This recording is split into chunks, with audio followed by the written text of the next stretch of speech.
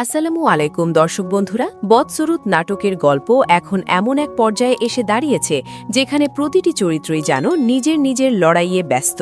২৮ নম্বর পর্বে কি ঘটতে চলেছে, কবে আসবে এই পর্ব এবং কিভাবে সবার আগে দেখবেন, এই সব বিষয় নিয়েই আজকের বিস্তারিত আপডেট। প্রথমেই বলে রাখি, ইতিমধ্যেই ২৭ নম্বর পর্বটি ঈগল ইসলামিক নাটক ইউটিউব চ্যানেলে আপলোড হয়ে গেছে। যারা এখনও দেখেননি তারা দেখে নিতে পারেন, কারণ ২৭ নম্বর পর্ব না দেখলে ২৮ নম্বর পর্বের অনেক গুরুত্বপূর্ণ বিষয়ই বুঝতে সমস্যা হবে। এবার আসি মূল আলোচনায়। ২৮ নম্বর পর্বে কি ঘটতে চলেছে? এই পর্বের সবচেয়ে বড় চমক হতে যাচ্ছে রোমানের চরিত্র পরিবর্তন। সে এখন পুরোপুরি চালাবাজ চক্রের সাথে জড়িয়ে পড়েছে এবং এলাকার চেয়ারম্যানের ছত্রছায়ায় থেকে আরও শক্তিশালী হয়ে উঠেছে। শুধু সাধারণ মানুষই নয়, ব্যবসায়ী থেকে শুরু করে নিজের আপন ভাই জামালের কাছেও চাঁদা দাবি করতে পিছু পা হবে না সে। এমনকি হুমকি পর্যন্ত দিতে পারে, যদি টাকা না দাও তাহলে ব্যবসা ছেড়ে চলে যেতে হবে। অন্যদিকে জামালের জীবনে পরিস্থিতি দিন দিন জটিল হয়ে উঠছে। একদিকে নিজের পরিবার, অন্যদিকে অন্যায়ের বিরুদ্ধে দাঁড়ানোর সাহস।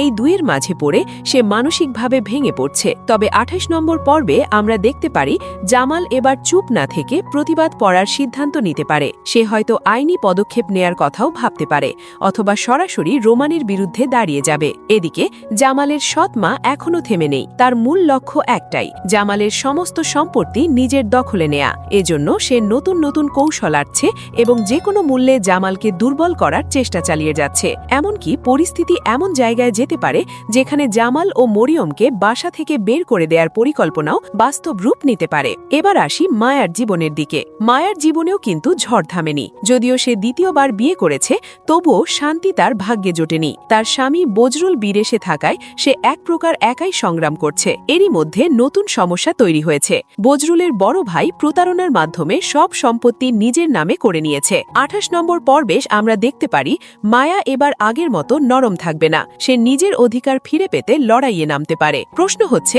মায়া কি নিজের প্রাপ্য সম্পত্তি ফিরিয়ে আনতে পারবে, নাকি আবারও তাকে অন্যায়ের শিকার হতে হবে? সবকিছু মিলিয়ে ২৮ নম্বর পর্ব হতে যাচ্ছে উত্তেজনা, দ্বন্দ্ব, প্রতিশোধ আর সাহসিকতার এক দারুণ মিশ্রণ। এখানে একদিকে থাকবে অন্যায়ের বিরুদ্ধে দাঁড়ানোর গল্প, অন্যদিকে নিজের অধিকার ফিরে পাওয়ার সংগ্রাম। এখন আসি ২৮ নম্বর পর্বটি কবে আসবে।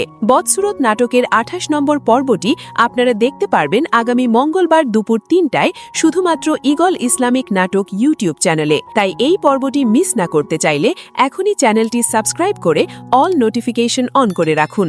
তাহলে নতুন পর্ব আপলোড হওয়ার সাথে সাথেই নোটিফিকেশন পেয়ে যাবেন। শেষ করার আগে একটি প্রশ্ন রেখে যাচ্ছি, আপনার কি মনে হয় জামাল কি এবার সত্যিই অন্যায়ের বিরুদ্ধে দাঁড়াতে পারবে, আর মায়া কি তার প্রাপ্য অধিকার ফিরে পাবে?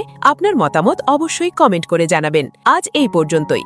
ভালো থাকবেন, সুস্থ থাকবেন, অন্যায়ের বিরুদ্ধে সব সময় প্রতিবাদ করবেন। দেখা হবে খুব শীঘ্রই নতুন আরেকটি আপডেট ভিডিওতে। ধন্যবাদ।